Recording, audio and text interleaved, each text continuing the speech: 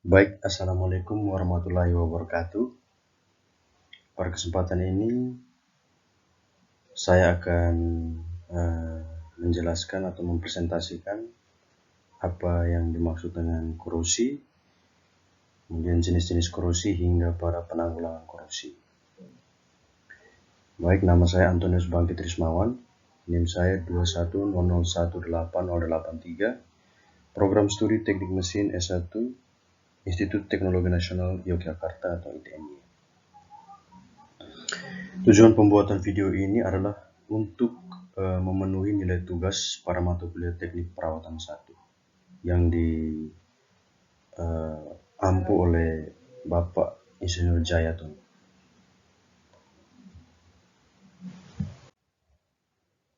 Pengertian dan proses terjadinya korosi. Apa itu korosi? Secara umum, korosi merupakan kerusakan atau pengkaratan material akibat adanya reaksi kimia yang terjadi antara material tersebut dengan lingkungannya. Kemudian ada reaksi yang terjadi, yaitu reaksi kimia. Reaksi kimia tersebut bernama reaksi redoks atau disingkat dari reaksi reduksi dan oksidasi. Proses terjadinya korosi pada logam itu biasanya terjadi pada besi.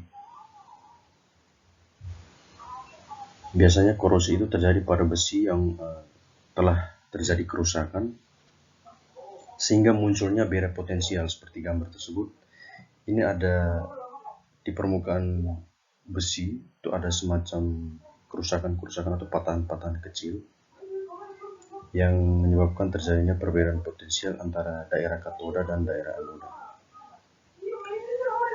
Daerah katoda itu adalah daerah yang terkoneksi dengan oksigen, sedangkan daerah anoda adalah daerah yang terkoneksi dengan air atau H2O.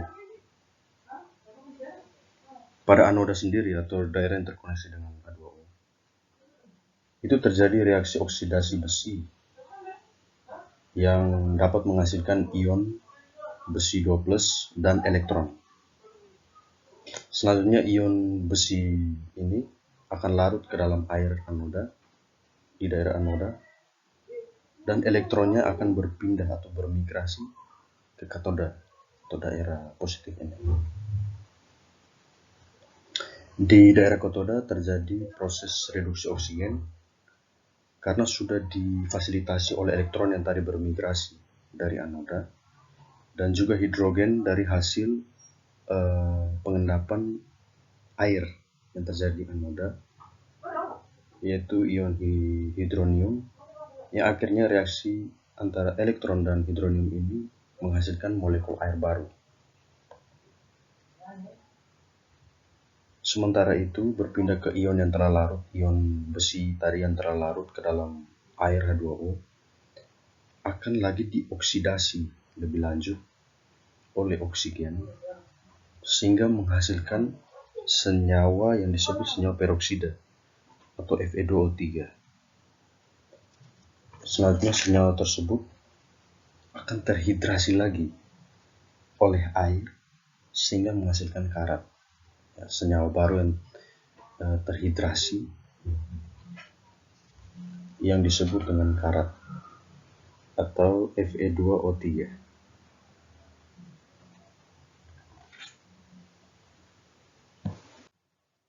Kemudian ada jenis-jenis korosi.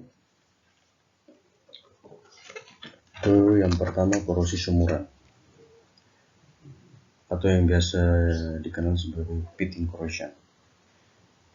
Korosi ini yang menghasilkan lubang-lubang pada logam dengan diameter yang cukup kecil, tapi dampaknya bisa membesar dan akan terjadinya kerusakan yang fatal.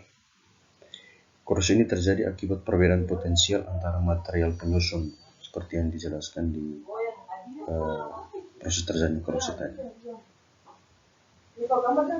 Kemudian yang berikutnya ada korosi celah.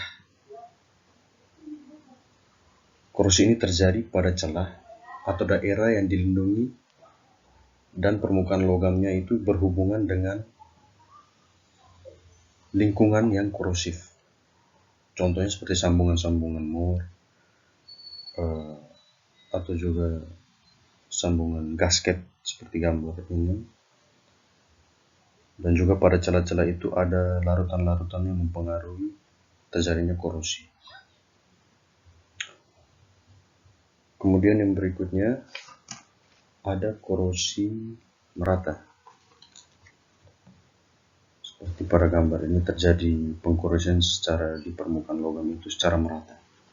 Korosi ini terjadi secara serentak di seluruh permukaan logam. Penyebabnya itu antara lain proses anodik dan katodik yang berlangsung pada permukaan logam terdistribusi secara merata. Jadi hidrasi antara senyawa peroksida dan air menimbulkan senyawa baru, yaitu senyawa karat yang terjadi secara kontinus atau secara terus-menerus. Kemudian yang berikutnya korosi galvanik. Korosi galvanik merupakan proses elektrokimia di mana satu logam terkorosi dibandingkan logam yang lain yang bersentuhan dengan melalui elektrolit, atau biasa terjadi karena beda potensial listrik yang mengalir pada logam itu, dan logam yang berpotensial lebih rendah akan mudah terkorosi.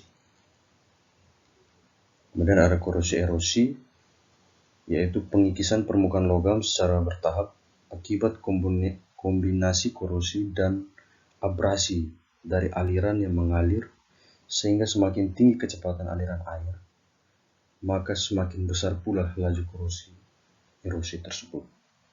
Ya, umumnya korosi ini terjadi pada pipa seperti gambarnya, terjadi dalam pipa karena adanya laju aliran yang terlalu tinggi. Kemudian yang terakhir korosi retak tegang atau kegagalan logam korosi hasil peretakan intergranular dan transgranular di bawah pengaruh tegangan listrik dan lingkungan korosif. Jadi ada retakan pada material logam ini sehingga terjadi korosif. Dan korosif ini sering terjadi pada pipa yang berada di bawah permukaan laut.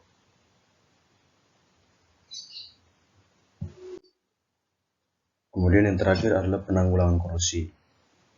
Itu antara lain berupa pengecatan, pelumuran dengan oli atau gemuk, pembalutan dengan plastik, pelapisan dengan timah atau tin planting, pelapisan dengan kromium atau kromium planting, pengorbanan anode atau sacrificial anode, dan yang terakhir perlindungan katoda.